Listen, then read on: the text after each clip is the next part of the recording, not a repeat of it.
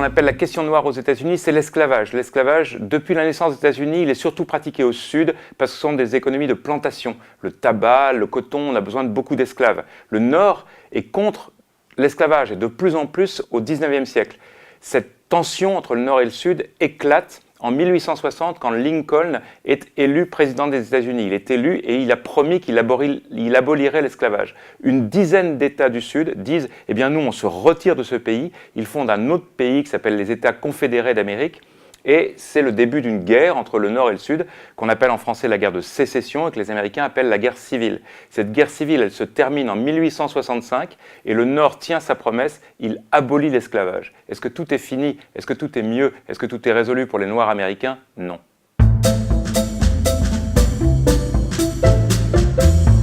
En 1865, le Nord a gagné, les troupes du Nord occupent le Sud et pendant un tout petit temps, les Noirs pensent qu'ils vont être libres. Ils peuvent participer aux élections, ils sont élus, etc. Mais très rapidement, les États du Sud mettent en place des mécanismes pour exclure les Noirs. Les mécanismes les plus courants, ce sont les mécanismes de ségrégation. Tous les États du Sud disent « D'accord, les Blancs et les Noirs vont être égaux, mais ils seront séparés ». Donc les Blancs ont leurs écoles, leurs hôpitaux, leurs bus, leurs trains, etc.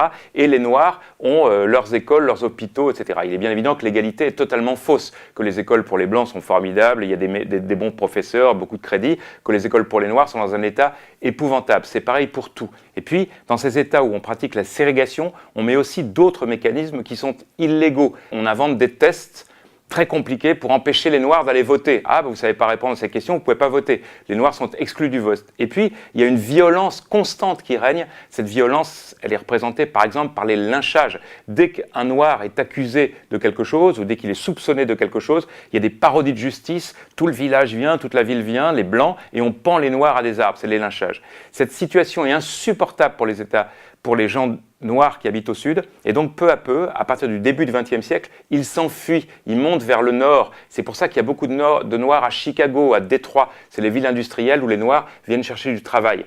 Là, il n'y a pas la ségrégation légale, mais il y a la ségrégation économique. Il y a des ghettos économiques qui se créent, des quartiers délabrés dans lesquels habitent les Noirs, etc. Donc au sud et au nord, la situation des Noirs est intenable.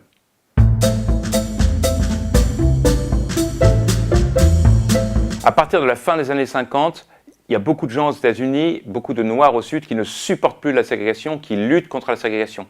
Au milieu des années 50, Rosa Parks, une femme noire qui est assise sur un siège pour les Blancs dans un bus de l'Alabama, elle refuse de se lever, elle refuse de quitter ce siège. C'est le début de la lutte pour les droits civiques. Martin Luther King, les grandes manifestations. En 1964, cette lutte pour les droits civiques aboutit. Le président Johnson, président des États-Unis, dit désormais toute ségrégation est interdite. Eh bien, à partir de 1964, en principe aux États-Unis, les Noirs sont enfin les égaux des Blancs, mais ce n'est pas tout à fait vrai. Alors bien sûr, il y a des grandes réussites, il y a des réussites éclatantes. Le plus célèbre, c'est le président Barack Obama, qui est noir et blanc, qui est métis, mais qui devient président des États-Unis en 2008. Mais il y a aussi des choses plus graves, qui est que la ségrégation aux États-Unis légale, elle n'existe plus, mais la ségrégation de fait, elle existe par l'économie.